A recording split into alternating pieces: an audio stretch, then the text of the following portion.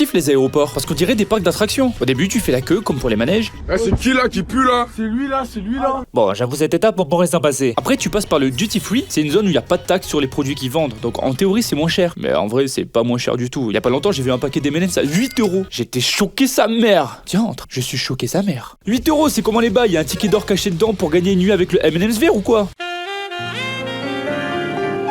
Donnez-moi 20 paquets d'M&M's.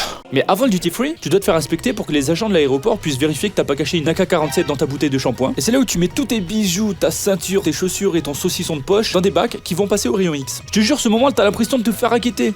Ça vient d'où là?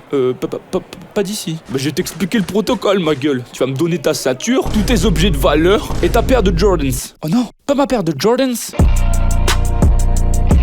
T'as compris, c'est ici qu'il faut surtout pas avoir de trucs suspects, sinon ils te laissent pas monter dans l'avion, ça rigole pas du tout. Bref, c'est ici que je me suis rendu compte que j'avais un couteau avec une lame de 18 cm sur moi.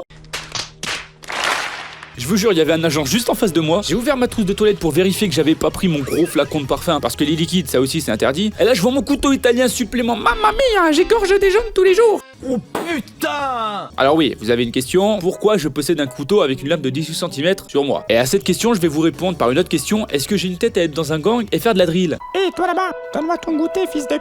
Non. En fait c'est simple, j'ai un couteau parce qu'un jour je suis passé devant une vitrine et genre... Waouh.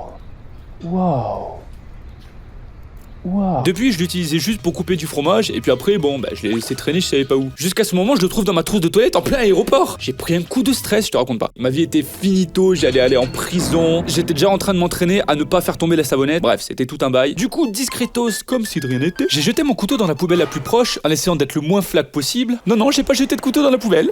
Ok. Après avoir jeté le couteau, j'étais soulagé de fou, évidemment, mais j'avais aussi un peu le seum, tu vois. Adieu, fidèle couteau. Tu ne couperas plus jamais de Roquefort pour l'apéro. Mais bon, je me suis dit qu'avec un peu de chance, quelqu'un l'a retrouvé. Peut-être même un serial killer. Et si c'est le cas, il doit sûrement l'utiliser régulièrement. Et ça me fait chaud au cœur. Attends, j'ai dit quoi là?